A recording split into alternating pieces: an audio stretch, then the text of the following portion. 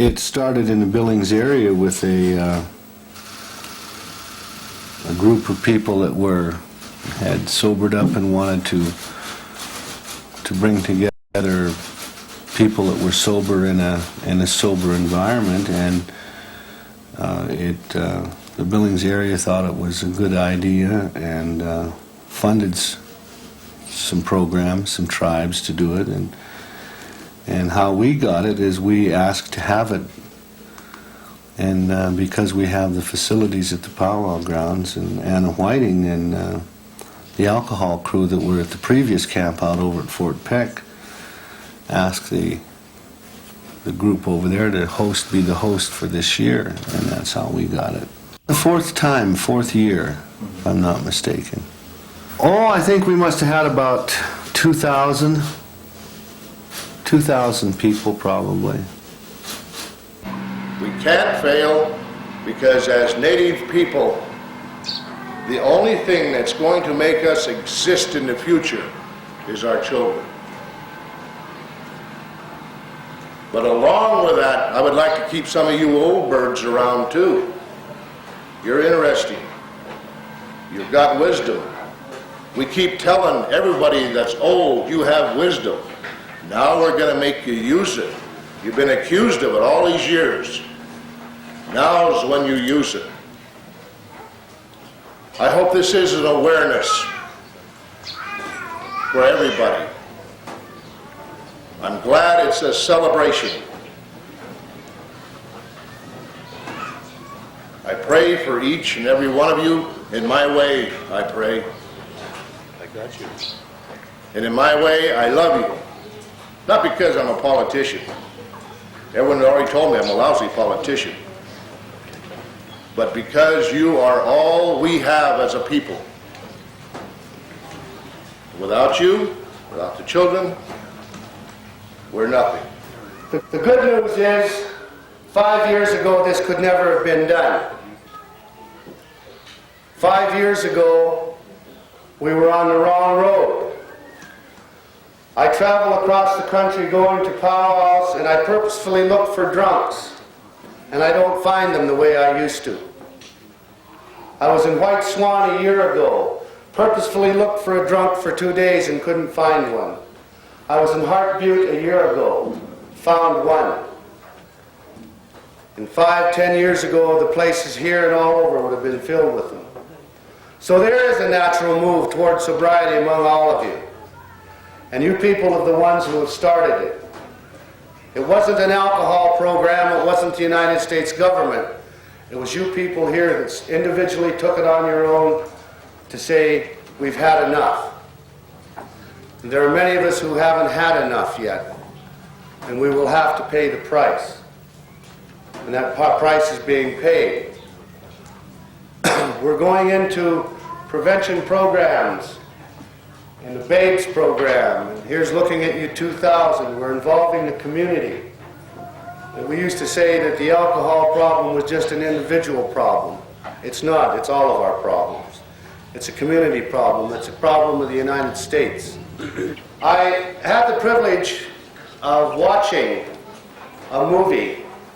It's here. It will be shown throughout the program. My remarks will be brief. It's about that movie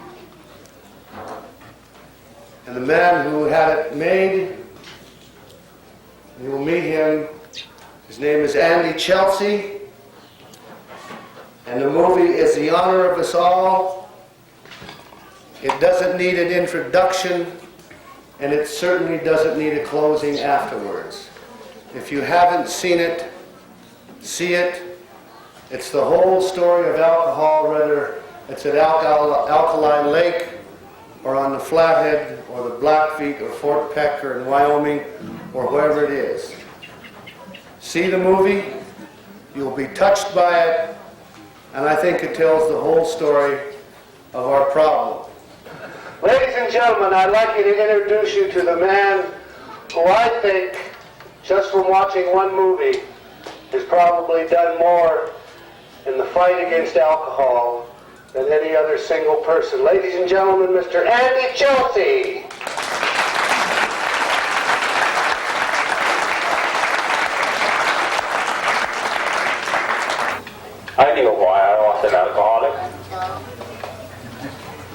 I didn't love myself. And that's where it starts. Admitting to yourself that you are the one person that can change that. Nobody else is going to change it for you. When you change that, and you start changing that pattern of life you've been following. It takes 15 years for a band of 400 people to see what we're trying to do. And in our education system, we have little kids that are having sharing sessions every morning. They share about what happened to them that day, that weekend. And they know how to share right from the heart. And that's where it's at. We can talk about love, but everybody has it. It's just a way to find and how to give it. We don't think we hurt people, but we do hurt them. We hurt them by walking around on the street. And we say we don't hurt anybody even when we're drinking at home. We do hurt a lot of people. I know. My children remind me that. Says you used to do that too.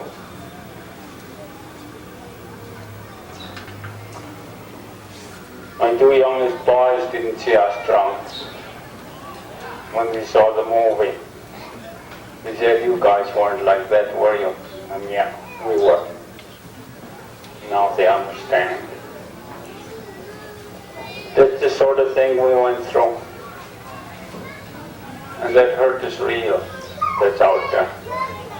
Sometimes it only takes one person to walk up to one guy and say, hey, I can help you. And we don't do that.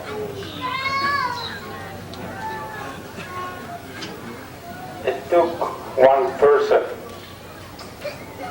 2 people to sober up my community. It takes 2 people to have a meeting. That's all. And for the rest of that, and that'll go. Everything else falls into place. Today the teenagers want to be teenagers. The young people want to experience the things that they've missed because we were too drunk as parents to take care of them, and they had to take over for us. All these things I think sometimes society forgets. And parents, when they sober up, start doing projects. Like in my community, we have a store, we have a agriculture program, and chicken coop, and the piggery, and the sawmill, and all these things.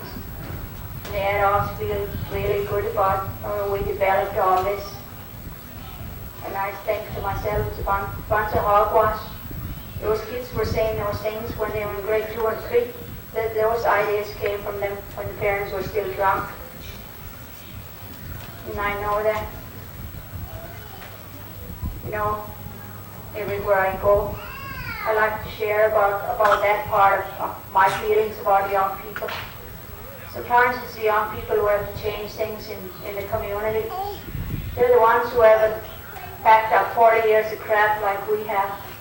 They're the ones who are more pure in the heart, the ones that aren't scared to go ahead and change things and say things that we don't like.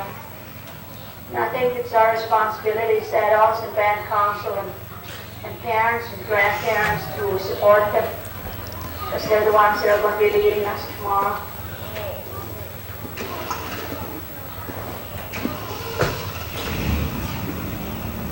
I'm really happy to be able to be here with Andy, because I didn't know that I was going to be here until a couple of days ago.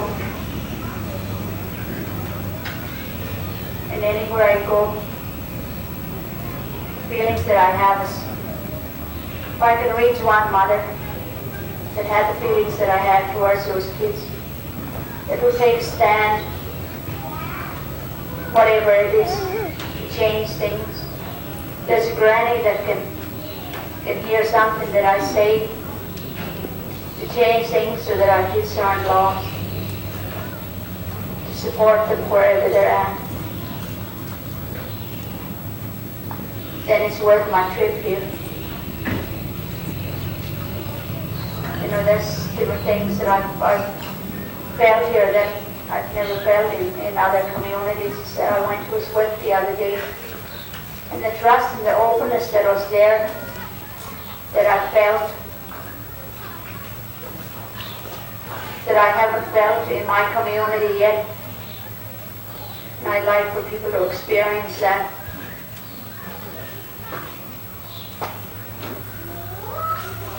And the feeling that I had as I watched all the guys get up here and talk this morning, and I thought, great, the women are out there, they're listening, they're caring, they're the ones who have to hold things together. So many things that I feel, that just the respect that's there for the people that we have to support when we're home, when we're at home in our house, when we're with our families. Because how things are at home is how our kids are at school. Things aren't very good at home, then all those things show up with our kids in their schoolwork, their attitudes for the day. So this problem of alcoholism is really something that can't be hidden. It shows up in every area of our lives, in our community today. And I guess that's a good thing about us, that we've dealt with the alcohol problem at every level, not only in health, but also in the band council, in the schools, and I guess last at the tribal council level. My primary responsibility is developing youth programs throughout Canada, and just recently we're starting to work with some communities in the United States, primarily right here amongst the Kootenai Salish people here on the Flathead. So it's little by little we're starting to impact the communities in the United States, but more or less we've been focused on various Native communities across Canada very effectively, I might say. My role, as I said, is with youth development, and one of the most important things is being able to respect some things that our youth and other times do not grow up with, and that is an appreciation for traditional Native athletics. And one of these experiences that I think most of our kids do not have is to have a hands-on experience of knowing what some of these games are and where they come from and how they were important to those communities that they originated from. So we were trying to develop a whole curriculum around Native traditional games that are important from this standpoint, that they were community-based activities. Community-based in that the whole community as a whole participated in them. And there was a lot of modeling taking place because older men and women grew up with these games. So they were part of, I guess, the cultural experience that we're seeing on a daily basis. And we'll talk a little about nutrition, because if your body is not in good shape, there's no way you can really compete on a level of athletic excellence if you're not eating right or living the right way. So we put a tremendous importance on nutrition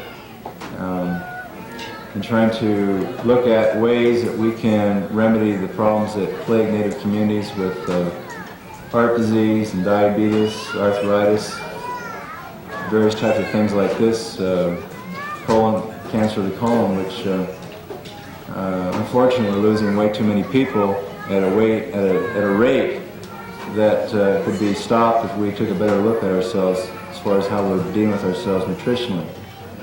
And we need to start at a young age with these kids realizing that if we don't start programming them to look at certain things, that they have controls over what to select to eat and what not to eat, and how that applies to their physical capabilities, they all fall in a step with each other. And we're trying to do a whole new kind of, I guess, new age program for our holistic formula for community development. Here, it's my turn. And now the only way out is to go up, and I think programs have had something to do with it, but I think it's more individual people have finally come to time and said this is enough. I think that was demonstrated at the Sobriety camp out, that people have said, not so much programs, but people themselves have said this is enough. I think our program here probably benefited greatly by it because our whole approach is not an alcohol program, and now we're looking at it as a community problem, and we're dealing into intervention in alcohol prevention in the sense that we want to get down into the little kids, stop them before they get started. So I think we're finding out from that thing, we found out new ideas, new approaches, new methods.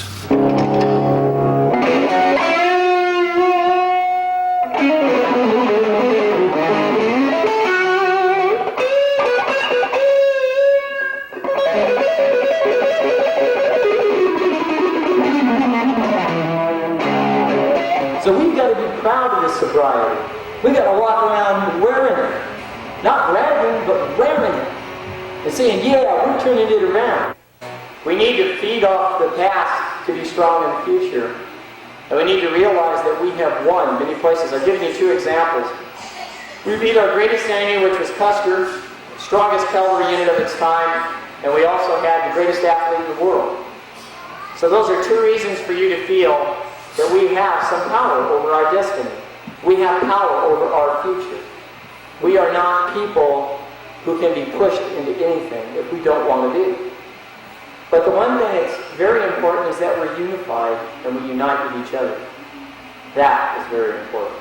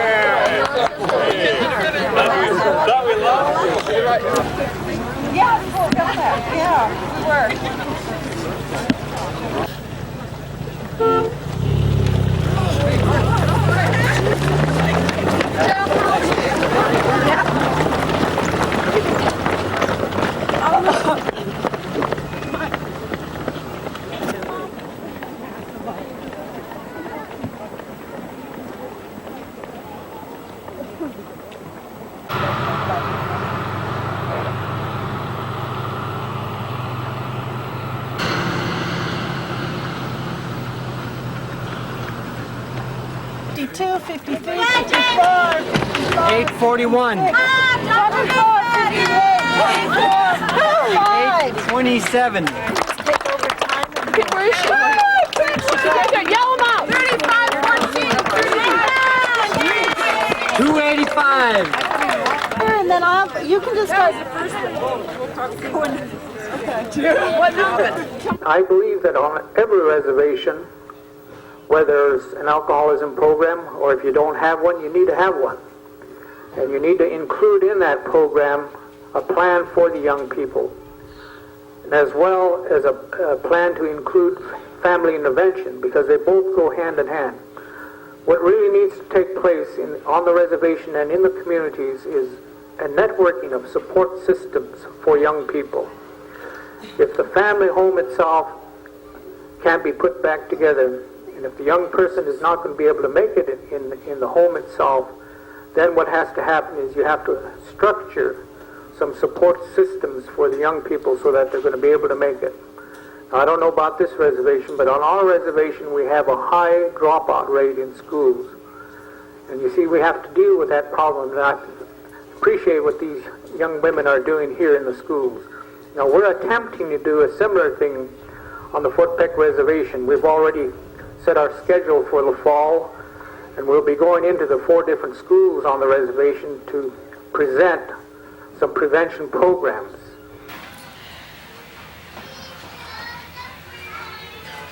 When I was a child, I grew up in a very secure and safe home. My father and my mother did their best, and their best was real good. And I had whatever I needed. And I never stopped being grateful for the kind of mother and father that I have, because they continue to be there for me, and they continue to support me in whatever I do. And that's the hope of my standing here today, is that in my sharing, I can say what I needed to say to my father for so long.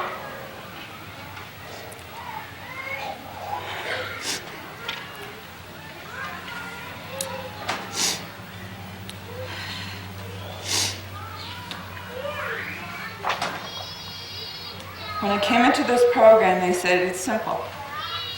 All you have to do is change your life.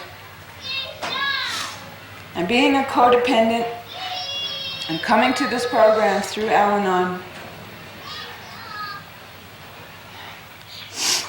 I had to face many things about myself that I didn't like. I found out that I hated myself very much. And when I found out that it was the fault of this disease, that brought me so much relief. That gave me more willingness to disclose more about myself. Because I knew that the more I disclosed, the more answers would come my way and the more freedom I would find. As a teenager, I drank a lot, and I was real rebellious.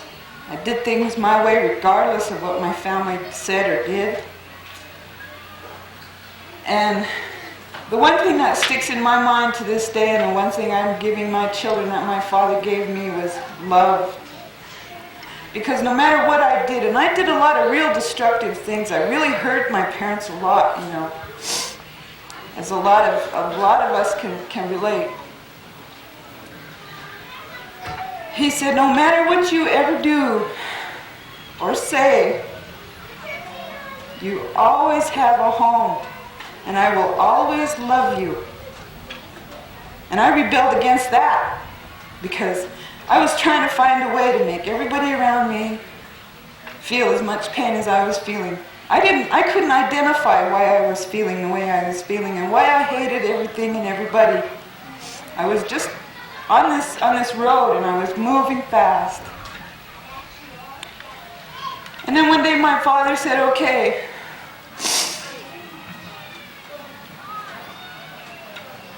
I've said everything that I can do, I can say, and I've done everything that I can do.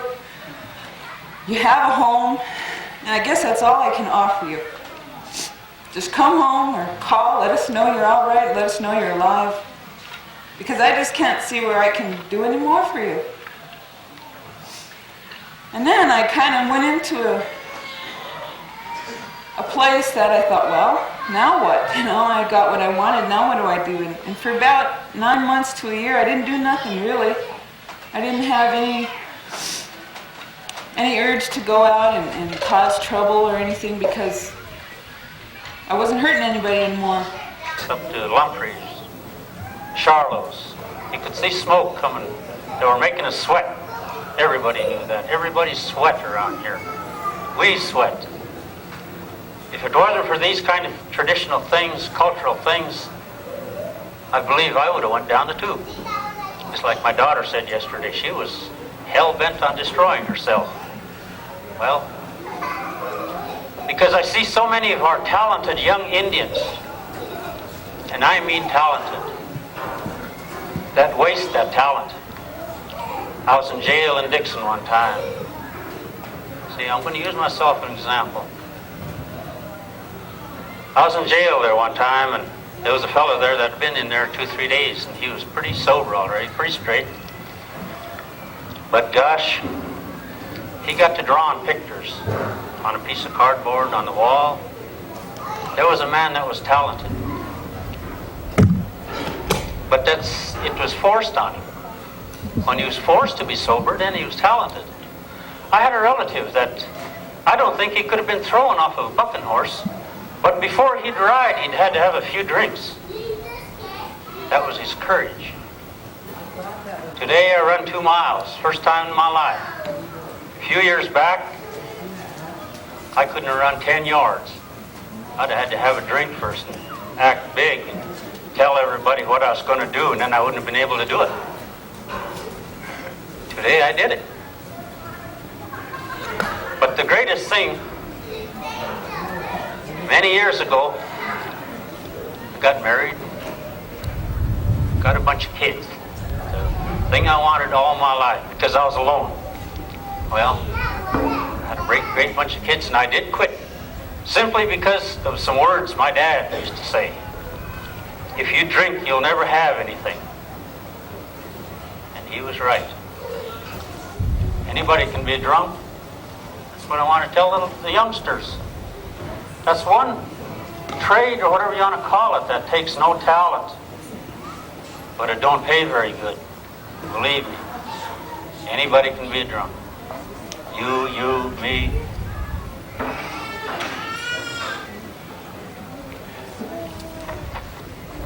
We have to set example for our kids, for our youngsters, grandkids, whoever. Just getting up and going to work is an example, even if you don't say anything. And they watch you if you get drunk, if you make a fool of yourself. Well, sometime in their life they're going to say, well, my dad did it, my grandpa did it, I'm going to do it too. We don't want that. I looked in the mirror and I hated that person. So I decided to let my hair grow. Well, I had to look in the mirror to braid my hair in the morning. And look at that man, and I started loving that man. Carried me through all the wars and everything that Jack brought on by myself. And I dedicated myself to myself, and I even had a first powwow, my first sobriety powwow that I put on in Butte. I advertised it as Aaron Perry Memorial Powwow. They said, hey, that's for someone that died. I said, yeah, the old me died. I said, I'm going to start from here. Sobriety is a natural way of life, and so I think that we've never got into prevention properly. The key is young people, and the key is the community. And the community here, both Indian and non-Indian, have seemed to bought it. The schools are quite impressed with our program. And like all new programs, we're going to make mistakes, but that's not an excuse to quit. That's an excuse to improve on the program. I think in the end is that I have an outstanding alcohol counselor, or alcohol director, in Anna Whiting, and that behind her is probably the best alcohol staff in the United States. So with that, you can't lose much.